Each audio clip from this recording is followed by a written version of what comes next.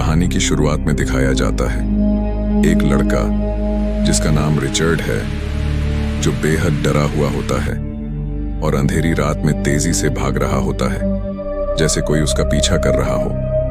भागते भागते वह एक खतरनाक और सुनसान जंगल के किनारे पहुंचता है, जहां चारों तरफ घना अंधेरा और सन्नाटा छाया होता है। तभी जंगल के अंदर से अजीब सी आवाज आती है और रिचर्ड डर के मारे रुककर पीछे देखने लगता है, लेकिन वहां कोई नहीं होता।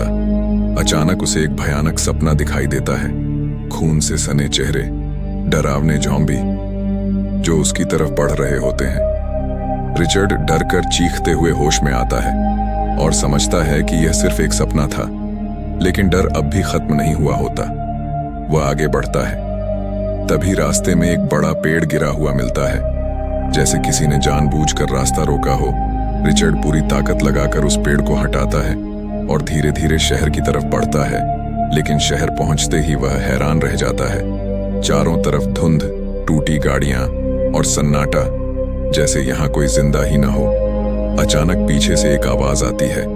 रिचर्ड डर कर मुड़ता है और वहां उसे क्लिंट नाम का एक लड़का दिखता है।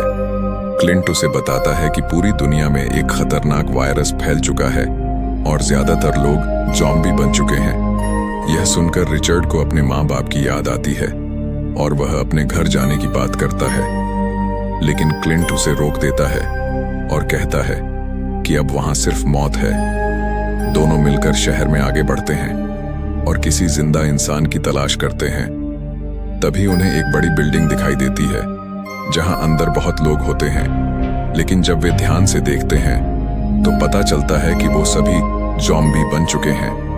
दोनों चुपचाप वहां से निकल जाते हैं। आगे बढ़ते हुए उन्हें एक कुत्ता मिलता है जो शांत और सुरक्षित होता है और वे उसे अपने साथ रख लेते हैं। अब तीनों एक टीम बन जाते हैं। अचानक आसमान काला हो जाता है और एक भयानक तूफान आने लगता है। क्लिंट बताता है कि यह तूफान वायरस को और भी खतरनाक बना देता है। तीनों तुरंत एक पुरानी कार में छिप जाते हैं और डर के मारे चुपचाप बैठे रहते हैं।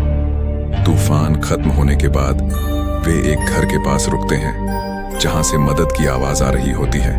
वे अंदर जाकर लोगों को बचाने की कोशिश करते हैं, लेकिन अचानक वहां छिपे ज़ॉम्बी उन पर हमला कर देते हैं। रिचर्ड और क्लिंट डंडों से खुद का बचाव करते हैं और किसी तरह वहां से भाग निकलते हैं। वे तेजी से कार में बैठते हैं और वहां से निकलने की कोशिश करते हैं, लेकिन तभी रिचर्ड डर के मारे चिल्लाता है, अब हम क्या करेंगे?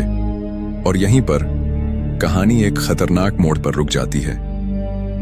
आगे क्या होगा? क्या रिचर्ड, क्लिंट और उनका साथी इस मौत के घेर से बच पाएंगे? ये जानने के लिए पार्ट 2 जरूर कमेंट करें और चैनल को सब्सक्राइब और वीडियो को लाइक करना ना भूलें।